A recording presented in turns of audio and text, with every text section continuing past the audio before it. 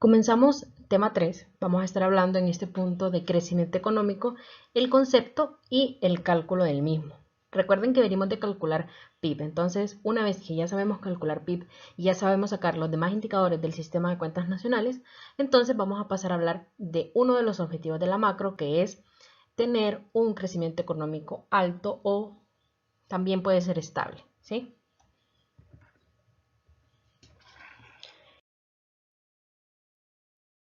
Y lo primero que vamos a estar abordando son las principales causas del crecimiento económico y cómo se calcula. La economía ideal, cualquier economía ideal vista desde el punto neoclásico, es aquella donde aumenta muy pronto la productividad por trabajador, es decir, que los trabajadores son eficientes, hay poco desempleo y la inflación es mínima. Recuerden, productividad se liga al concepto de eficiencia. Si yo soy productivo es que yo estoy siendo eficiente y ser eficiente significa que produzco mucho en menor tiempo y con menos recursos. Entonces esa sería la economía ideal, en donde cada trabajador sea muy productivo, haya muy poco desempleo y la inflación sea muy baja, es decir, sea mínima.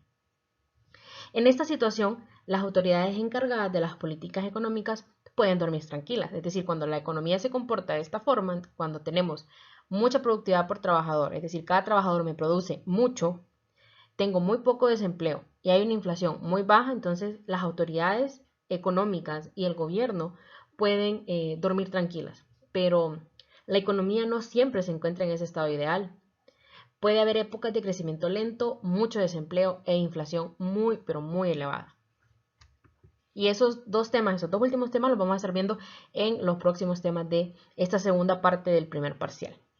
El crecimiento de la producción, que es como el tema importante con respecto al Producto Interno Bruto, el crecimiento de la producción es el ritmo de crecimiento de la producción de toda la economía, es decir, me va a estar diciendo cuánto creció en total toda la producción del país.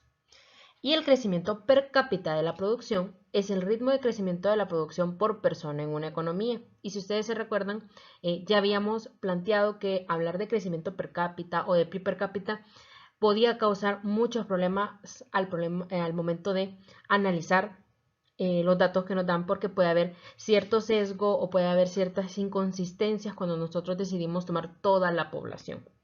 Entonces, sin embargo, nosotros igual calculamos el crecimiento de la producción, que sería como crecimiento económico, y también calculamos el crecimiento per cápita de la producción, es decir, cuánto crece en promedio por cada habitante del país la producción. Si la población de un país crece a la misma tasa que la producción, si la población de un país crece a la misma tasa que la producción, es decir, si la población, en cambios porcentuales, ¿verdad? Si la población está creciendo igual que la producción, es decir, ambas están en el mismo ritmo, si la población aumenta 2%, la producción también aumenta 2%, ¿sí? Entonces la producción per cápita no aumenta, cada uno seguiría teniendo el mismo ingreso per cápita en promedio, sino que tan solo se mantiene al parejo del crecimiento demográfico. Esto sería también como ideal, ¿sí? Que la población crezca al mismo ritmo que la producción, porque si no, entonces tendríamos ciertas teorías conspirativas que también nacen de la economía y que en su momento se me olvidó mencionárselas, que cuando la población empieza a crecer más que la producción, entonces lo que se empieza a fomentar por parte de ciertos gobiernos y lo que se planteó en una de las teorías de la economía clásica, y el que lo planteó fue un sacerdote economista que se llamaba Malthus. Lo que él planteaba era que cuando la población creciera más que la producción, es decir, que el crecimiento geométrico, porque la población crece en la parte geométrica, es decir, abarca espacios, entre más crezca la población, va a haber menos espacio para producción. Entonces, a medida crezca la población geométricamente, vamos a tener aritméticamente menos producción, es decir, entre más gente haya, más espacio, más tierra va a necesitar para vivir. Y ese espacio se le va a quitar a la parte de producción, entonces la producción va a ser menor. Entonces lo que él planteaba en aquel momento era que se fomentaran guerras para disminuir la población, o en su efecto se crearan enfermedades para hacer que la mitad de la población o hacer que cierto porcentaje de la población desaparezca y así tener mejores indicadores de producción y mejores indicadores económicos. Esto no sé si se les hace o si se les asemeja a una película, yo sé que sí, no sé si se recuerdan, hace 2 años más o menos se estrenó Avengers Endgame y Avengers, no me acuerdo cuál es la otra. Y ahí Thanos lo que planteaba era, eliminemos a la mitad del universo para que la otra mitad viva en mejores condiciones. Y claramente las ideas de Thanos venían con fundamentos económicos y influenciados mucho por la teoría malthusiana. ¿Sí? Para que miren que la parte económica también entra en la parte de diversión, ¿ok? Solamente de prestar un poquito de atención y bueno, también conocer sobre las teorías. Entonces, cuando hablamos de crecimiento económico de un país, nos referimos a la tasa de crecimiento a la cual crece el PIB real, ¿sí? Recuerden que el PIB nominal tiene efecto de precios, entonces el PIB nominal no me sirve para medir crecimiento económico, ¿ok? Porque tiene mezclados 2 indicadores y yo necesito solamente un indicador en este caso. Solamente para el PIB necesito que me mida producción. Entonces, por esa razón calculamos el PIB real, porque el PIB real sí nos ayuda a medir el crecimiento económico. Recuerden que al PIB real, al PIB nominal, yo le quito el efecto de los precios y convierto el PIB en real, si ustedes se recuerdan en los temas pasados. La mayoría de los países crecen a una tasa media por largos periodos de tiempo.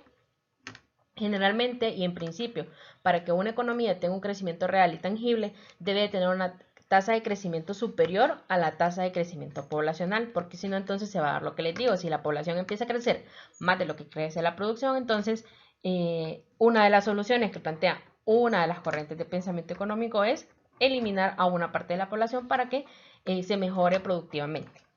Y lo que me indica que para que nosotros tengamos crecimiento tangible, ¿sí? Que es lo que me está diciendo este párrafo, o crecimiento real, entonces yo necesitaría que la producción crezca más de lo que crece la población, para que cada uno de los de la población o cada persona dentro de ese país reciba más producción en promedio. Por esa razón es. Ahora, siempre hablando de las causas del crecimiento económico, vamos a hablar ya específicamente de las causas. Una de las causas es, o uno de los factores que inciden en que haya crecimiento económico es el incremento en las disponibilidades de los factores de producción, es decir, que se incremente, que yo posiblemente tenga más trabajadores, tenga más capital o en su defecto pudiera tener más tierra. En este caso, miren, ¿a qué me refiero yo con este incremento de las disponibilidades de los factores de producción? Me estoy refiriendo a que haya crecimiento de la población, es decir, yo no estoy diciendo que la población no crezca, estoy diciendo que la población no crezca más de lo que crece la producción. Y otro de las disponibilidades de los factores de producción es que yo necesito que se incorpore stock de capital, es decir, necesito que se incorporen máquinas, que se incorporen edificios, etcétera. La segunda causa de crecimiento económico es el incremento de la productividad, es decir, que cada empleado me produzca muchísimo en menor tiempo y con menores costos. Miren, ¿a qué se hace referencia a esto? A eficiencia de los factores de producción, es decir, que se tienen que utilizar eficientemente. Yo los tengo que utilizar lo mínimo posible, pero incrementando mucho la producción. Y la eficiencia, básicamente lo que me plantea toda esta teoría es que es provocada por la especialización, experiencia o mayor capacitación de mano de obra, ¿sí? Yo no voy a tener eficiencia si no me especializo, si no hago que la gente tenga experiencia o que se capacite para poder hacer mejor su trabajo. Y la tercera causa del crecimiento económico es la variación en el empleo, de la cantidad de los recursos que se dispone para la producción. Es decir, que no todo el capital y trabajo existentes en la economía se utilizan todo el tiempo, ¿sí? Entonces va a estar variando. Estas variaciones ejercen cambios en la producción. Entre menos trabajadores utilice, probablemente menos producción voy a tener, dependiendo claramente en qué sector productivo me esté colocando yo. Si ese sector productivo es intensivo en capital, entonces yo ahí lo que tengo que fijarme es cuánto varía el capital. Y si ese sector es incentivo en trabajo, entonces intensivo, perdón, en trabajo, entonces yo me tengo que fijar cómo varía el trabajo en ese sector. Ahí va a depender mucho de la intensidad que yo utilice cada uno de estos factores productivos. Entonces, estas variaciones, estos cambios en el empleo de recursos productivos ejercen una influencia en la producción y por lo tanto en el crecimiento económico.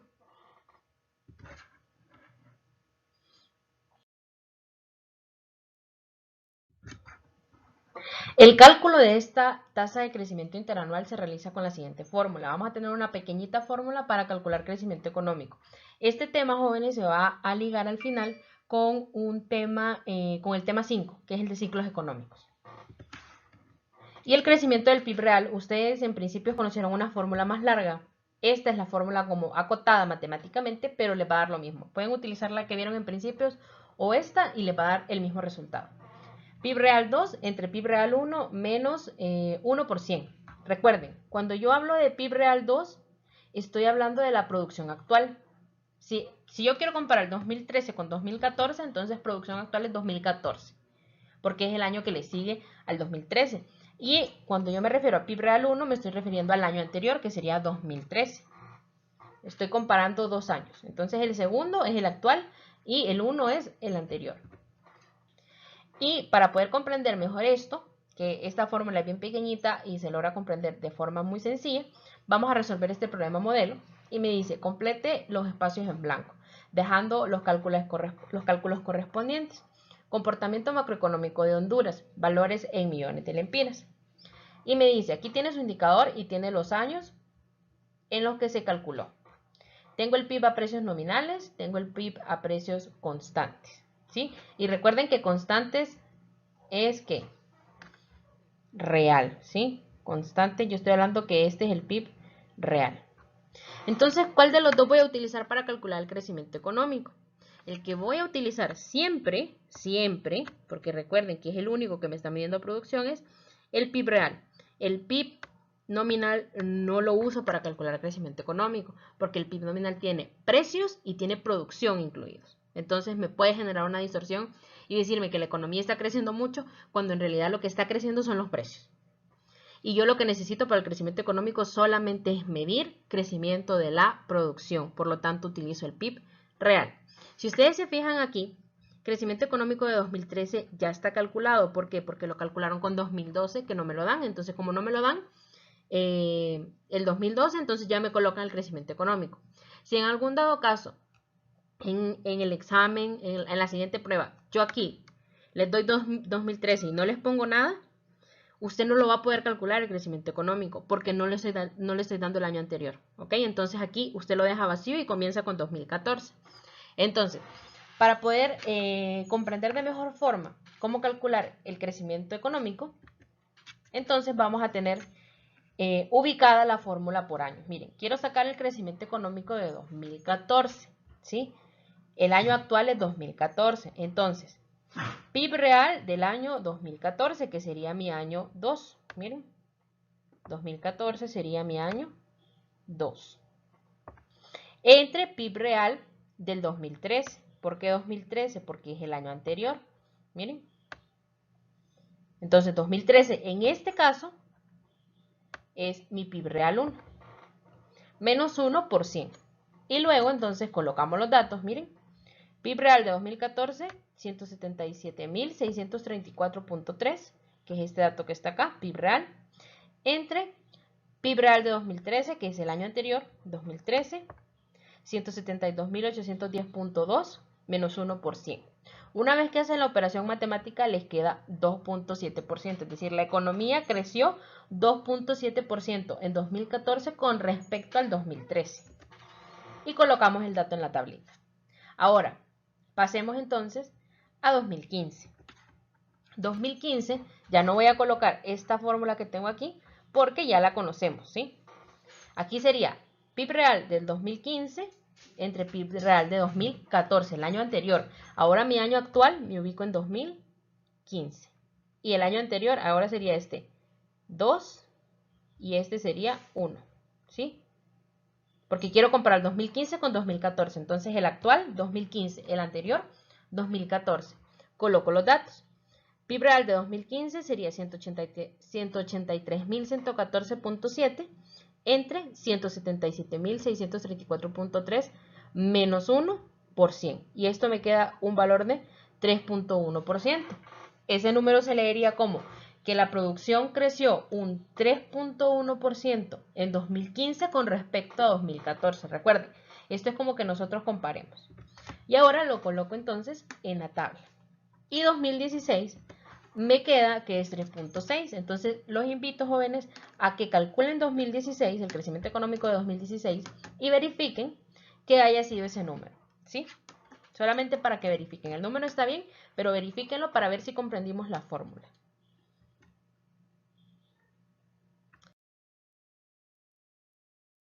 Ahora, vamos a hablar del crecimiento y del desarrollo económico, que son dos términos que normalmente cuando uno ve las noticias o cuando uno escucha expertos, le queda la sensación como que son lo mismo, como que son sinónimos. Sin embargo, desde la teoría macroeconómica, nosotros comprendemos que son dos términos totalmente distintos, ¿sí? Entonces, crecimiento económico lo vamos a definir como el incremento consecutivo del PIB real a través del tiempo y no necesariamente refleja el mejoramiento de los indicadores socioeconómicos del país. ¿Por qué? ¿Se recuerdan todas las limitantes que tenía el PIB? Entonces, esas limitantes que tenía el PIB no nos permiten a nosotros decir si la economía realmente mejoró socioeconómicamente. Solamente me permite decir si creció o no creció la producción. Recuerden, crecimiento económico solamente es crecimiento de producción. No me está indicando absolutamente nada más. No puedo decir yo cómo estamos en materia de salud, en materia de violencia, en materia mental, en materia educativa. No podemos decir nada más. Solamente que creció la producción. Por su parte, el desarrollo económico implica un mejoramiento de indicadores, que significa un mejoramiento de las condiciones de vida de la población. Es decir, para que yo diga que un país se está desarrollando económicamente, los indicadores socioeconómicos tuvieron que haber mejorado. ¿Para qué? Para haber mejorado las condiciones de vida de la población, ¿sí? Si yo digo, hay crecimiento económico, solo puedo decir que hay crecimiento económico. Yo no puedo concluir que las condiciones de vida de la población mejoraron, porque yo no sé cómo están en materia de salud ni de educación. En cambio, en desarrollo económico, yo sí veo toda esa parte de los indicadores socioeconómicos para ver cómo ha mejorado las condiciones de vida de la población.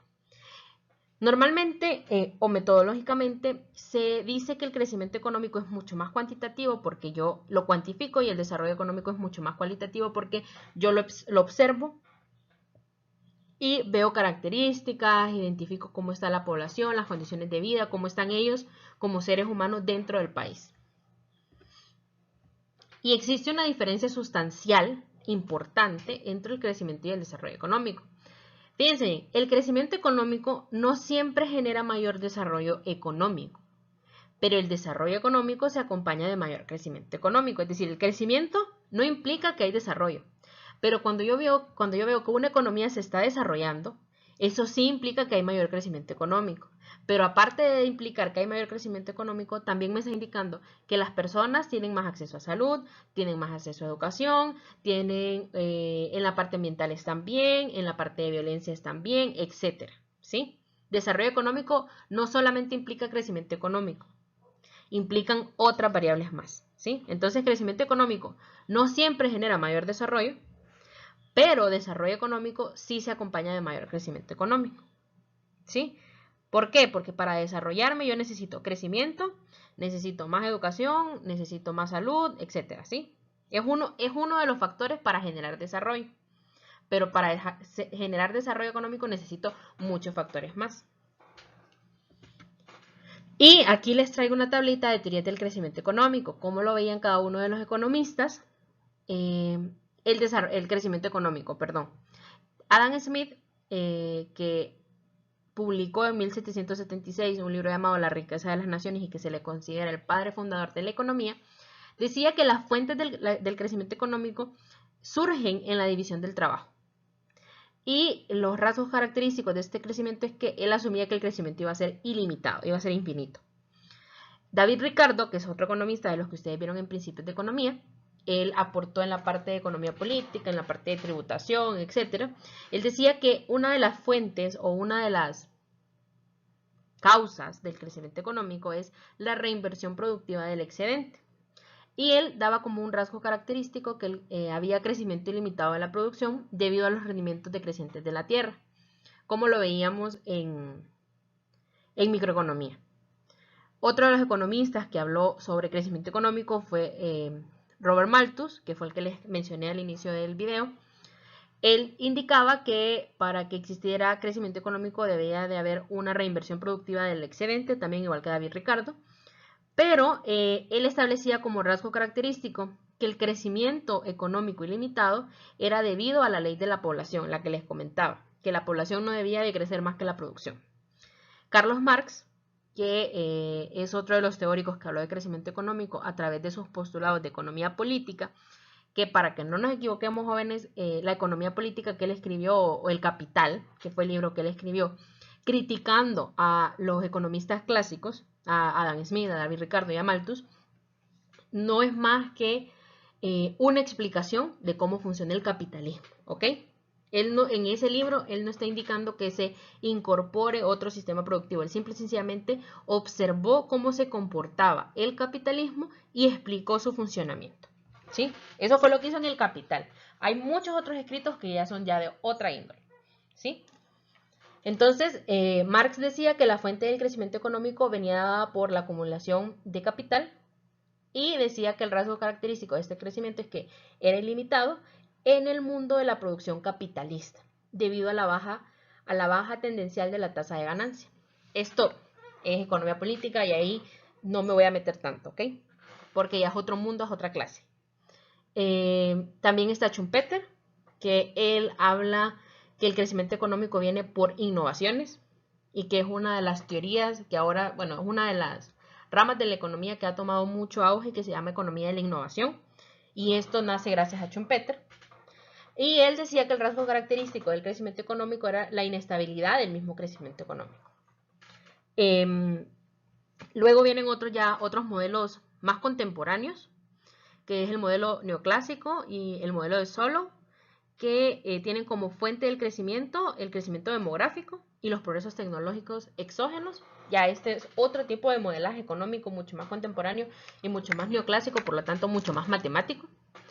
Estos que ustedes ven acá atrás, Adam Smith, David Ricardo y Malthus, no eran tan matemáticos, ¿sí? Eran más de escribir. Ellos no establecieron, ok, la ley de la oferta y la demanda se va a ver así gráficamente y le vamos a poner ecuaciones. No, ellos lo dijeron todo en palabras, lo escribieron, lo expresaron, y los neoclásicos fueron los que se encargaron de pasar todo lo que ellos escribieron a instrumentalizarlo, es decir, a volverlo más matemático.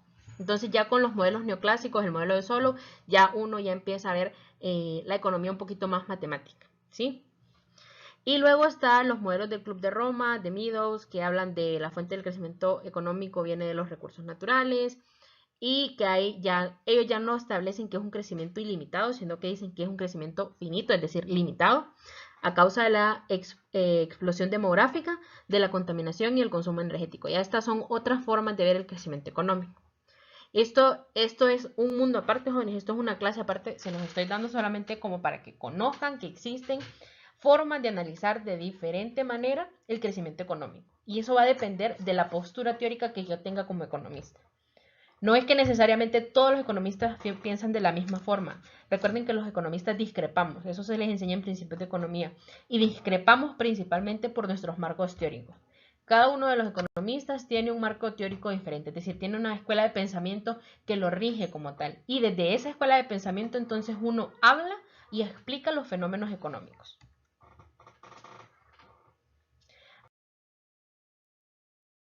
Ahora, vamos a pasar a la última diapositiva. Ese tema es un tanto corto y si se fijaron solo tiene como parte práctica el crecimiento económico. Esto que ustedes están viendo aquí de índice de desarrollo humano, ustedes no lo van a calcular. Este dato solamente es para analizarlo, solamente para conocerlo, para comprender que existe una forma diferente de abordar, hablar de desarrollo. Ok, como se ha dicho anteriormente, el crecimiento económico no necesariamente genera mayor desarrollo económico. Es por eso que se han creado otro tipo de mediciones estadísticas que contemplan indicadores que buscan reflejar de manera más exacta el bienestar de la población de un país. Uno de esos indicadores, y tal vez el más importante, es el índice de desarrollo humano, IDH, se le conoce, calculado por el Programa de las Naciones Unidas para el Desarrollo, y que lo desarrolló el economista Amartya Sen y otro economista que no puedo pronunciar el nombre porque es árabe. Y en este índice de desarrollo humano se contempla como un indicador compuesto que mide el avance promedio de un país en función de 3 dimensiones básicas del desarrollo. Es decir, esto de índice de compuestos no se los puedo explicar porque es estadística, pero es un índice que tiene varias variables que se miden de forma distinta, pero que me sirven al final para medir cuánto avanzó en promedio un país dependiendo 3 dimensiones básicas del desarrollo humano, ¿sí? Dimensiones básicas del desarrollo humano.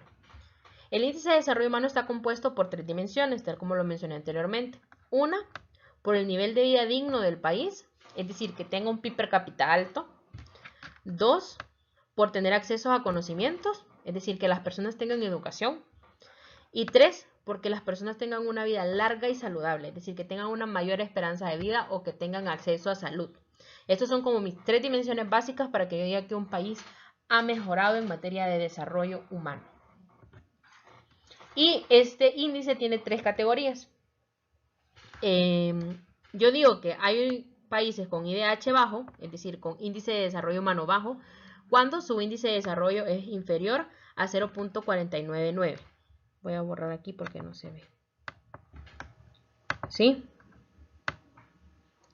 Si mi índice de desarrollo humano es menor a 0.499, entonces yo digo que el índice de desarrollo humano, es decir, cómo se está desarrollando humanamente ese país, es bajo.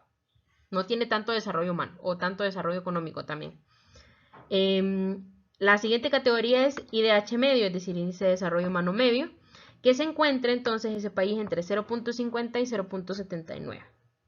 Nosotros estamos como en 0.52, si no me equivoco. Entonces entraríamos en el IDH medio, es decir, índice de desarrollo humano medio. Estamos más o menos desarrollados. En promedio, estamos en el promedio de los países desarrollados en el ámbito humano. Y si el IDH es superior a 0.80, es decir, ya está muy cercano a 1, entonces el país tiene un IDH alto. Estos son liderados por países nórdicos como Finlandia, Suiza, Suecia y todos estos países de Europa de la parte nórdica. Entonces, nosotros nos ubicamos en IDH medio para que vayan conociendo estas cifras. Tal vez en la clase podemos, voy a buscar algún paper o alguna noticia que me hable sobre el índice de desarrollo humano y cómo estamos en este ámbito, que hablemos de desarrollo económico y que hablemos de crecimiento económico. Esos serían los 3 ejes básicos de los que vamos a hablar la siguiente clase.